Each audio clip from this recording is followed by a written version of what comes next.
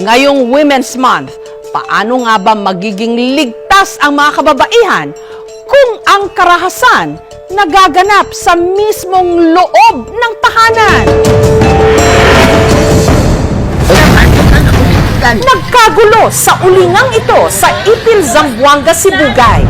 Nasa bata mga guys May babae kasing napaanak nang wala sa oras. Karo lang natin. Karo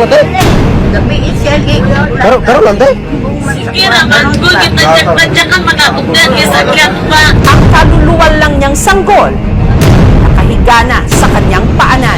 May laging doon sa bata Pero hindi raw siya basta-basta nakunan. Ang babae kasi napaanak matapos di umanong bugil ng kanyang kinakasama. Gulata ka te. Oo, maran ba uli. Ngayong Women's Month, pag-usapan natin ang pang-aabuso sa mga kababaihan at kung paano tayo titindig para ipaglaban ang ating mga karapatan. Nalunga sa bata guys Kwento ng tinderang si Ederita na mataan pa raw niya sa labas ng kanyang tindahan ang babae na itago natin sa pangalang Marie na nakikipagtalo sa kinakasama nito na itago naman natin sa pangalang Greg. Sabi ng lalaki, uwi na tayo sa bahay. Sabi ng babae, di ako umuwi doon. Ang babae di umuwi, dyan siya nakatulog. Maya-maya si Greg sinundo ulit si Marie. Binuhat niya, nilagay niya sa bangko ng tricycle. Pero si Marie nagtangkang tumakas. Hanggang dito na sila nagpang-abot. Sinuntok niya sa tiyan, nakahiga na siya dito, tinadyakan siya. Sunod na lang niyang nabalitaan si Marie nanganak na sa kalapit na ulingan. Karo lang natin. Karo lang natin. Si Marie tuliro habang nakasalampak sa lupa. Gulata ka te. Oo, maran ba uli. May laging doon sa bata Habang ang sanggol na kanyang iniluwal, wala ng buhay. Patay na dahil ulang siya ng ulan. Hina yung katawan niya. Namutla siya. Premature labor, pag ang placenta nag-rupture yun, halimbawa nasipa, makukunan ng isang buntis. Kasi nawala yung kanyang source of oxygen. Natunto ng aming team si Marie sa Barangay Veterans Village. Inatsakan ako, sinipa-sipa ako. Sakit. Nangagisi, ako man ang ngapla. Sakit kayo, Ang nag-aalaga sa kanya, ang kanyang nanay Alicia. Iba na ang iyang pangisip bitaw. Sagad pangsaba, anak na. Dili jud dati nga na akong magulang sa una ma'am kay kuan kay na siya ma'am butan. Butan man na. Langga kay mihanan niya sa una. Nakilala raw ni Marie si Greg nung naging service volunteer siya sa isang ospital kung saan din ito nagjo-duty. Nagkamabutihan daw sila hanggang nagkasundong magsama sa iisang bubong. Pero kalaunan, lumabas daw ang tunay nitong kulay. Ano yung narinig ko dyan sa kanto na magkasama naman kayo ng lalaki mo, ha? Mainitin talaga, tapos madaling mapikon. Ano ka rito? Kwento lang nga gamay na ipalaki niya. Kahit wala siya, hindi siya nakainom. Nananakit talaga. Bigla lang siyang magapak. Nagbato daw ba ang gabi ito? Aka ni katuning na bundak siya. May basin. Kay Bambo, hinampas.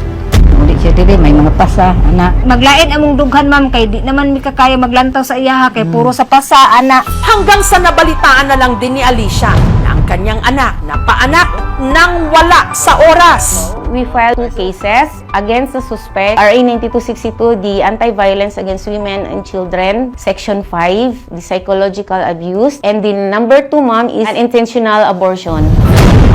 Ang nagkasala ay maaaring maparusahan ng pagkakakulong ng 1 buwan hanggang 20 taon. Meron din itong multa na hindi bababa sa 300,000 pesos. Si Greg tumakas at nagtago. May warrant of arrest na na-issue sa ating suspect. Ongoing pa po ang paghahanap sa kanya. Para Para matulungan naman si Marie na maproseso ang mapait niyang karanasan, inilapit siya ng aming team sa isang psychologist. She is presenting symptoms with depression, anxiety, emotional distress due to the impact niya ng violence ng partner niya. She has still to undergo proper assessment. She can go counseling or psychotherapy. If she needs medication, we can refer to the psychiatrist. The handling social worker will monitor her situation in coordination with the handling medical doctor po. It's a series of intervention na kailangan po naming ibigay hanggang sa ma-okay na po siya. Sana makulong. Gusto kong lumaban para makuha ang hustisya para sa anak ko. Ang kaso ng pang-aabuso kay Marie, isa lang sa libo-libong mga kaso ng violence against women and children na inire-report sa mga otoridad kada buwan. Ito lang nakaraang taon, nakapagpala ang PNP ng 11,636 na violence against women and children cases. Ayon naman sa datos ng PSA, isa sa kada 5 Pilipina nakakaranas ng emosyonal, pisikal at sexual na pang-aabuso sa kamay ng kanilang karelasyon. Maraming pinipiling hindi mag-report. Iniisip nila na away mag-asawa lang siya. Pangalawa, may victim blaming or sinisisi ng mga tao kung bakit nangyari sa kanya yung karahasan. Dahil doon, di-discourage din yung victim na lumapit at mag-report. Magkakaroon ng stigma sa community, hindi buo yung pamilya nila. Factor, yung pagkakaroon ng economic dependence sa partner nila. Ang katahimikan naman ng gabi sa barangay na ito sa Hirona, Tarlac, nabulabog kamakailan nung umalingaw-ngaw ang isang sigaw. Hiyaw ng isang babae na sinilaban ng buhay habang siya'y natutulog. Nakita ko yung anak ko, nasusunog na. Ang biktima, si Rose, at ang may gawa nito, walang iba, kundi ang kinakasama niyang si Jose, hindi niya tunay na pangalan. May sumisilip-silip na tao dyan. Talaga pong siya ang pinuntirya. At ang nagtulak di mano kay Jose para sunugin si Rose, selos? Maayos naman daw dati ang pagsasama ng dalawa. Nabiyayaan pa nga sila ng 2 anak. Pero gaya ng ibang magkarelasyon, meron daw silang mga hindi pagkakaunawaan. Anong ginagawa mo dito? At ang madalas daw nilang pagtalunan, ang pag-inom ni Jose. Naintindihan mo ako? Wala siyang trabaho. Ginugutom yung anak ko. Si Rose pangaraw ang kumakayod para sa kanilang pamilya. Madadat niya asawa niya nasa inuman, sa sugalan. Hindi po talaga siya kumikibo. Kinikimpin po talaga nila.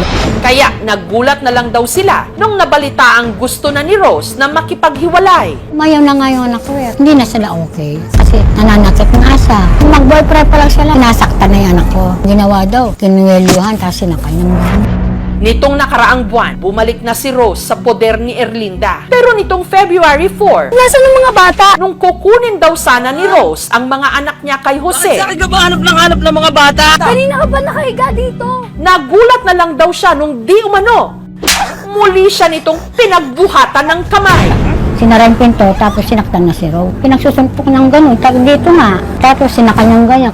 Ang pag-uwi niya dito, meron siyang pasa. Sabi ko sa anak ko, bakit mo naman nagawa yun? Pinayuhan ko, huwag kang mananakit. Ang insidenteng yon, ipinablatter ni Rose sa barangay. Kinabukasan po is pupunta po sa lugar po ng lalaki para makapag-file po ng formal complaint po. Hindi po sila dumating. Pero ang alitan mas lalong naglagablab nung abutan ni Jose si Rose sa bahay ng kanyang biyanan na may katabing ibang lalaki. Katrabaho niya po yun. Ang alam ko lang, sinasamahan lang siyang pauwi dito. Dito na raw sinilaban ni Jose si Rose ng buhay. Pati ang katabi nitong lalaki. Kita ko yung anak ko, nasusunog na. Yung katawan ko, talaga pong siya ang pinintirya. Si Rose nagtamo ng 3rd-degree burns sa halos buo niyang katawan. May mga iba na abot hanggang buto ang sunog sa kanya. Matindi at malubang pagkasunog. Ay, tubig ko. Kinin mo. Ha? Tubig mo. Gatas. Sabi na rin sa akin ang doktor, yung ganyan na urin sunog talaga walang ligtas. Pero yung nangyaring ito, hindi ko na matanggap. Masakit ang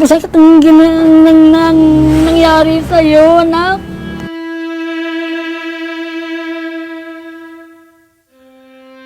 Hindi ka man pinagluluto dito dahil natatakot kang mapatalsi ka ng mantika. Ngayon, apoy naman pala yung aabno sa'yo.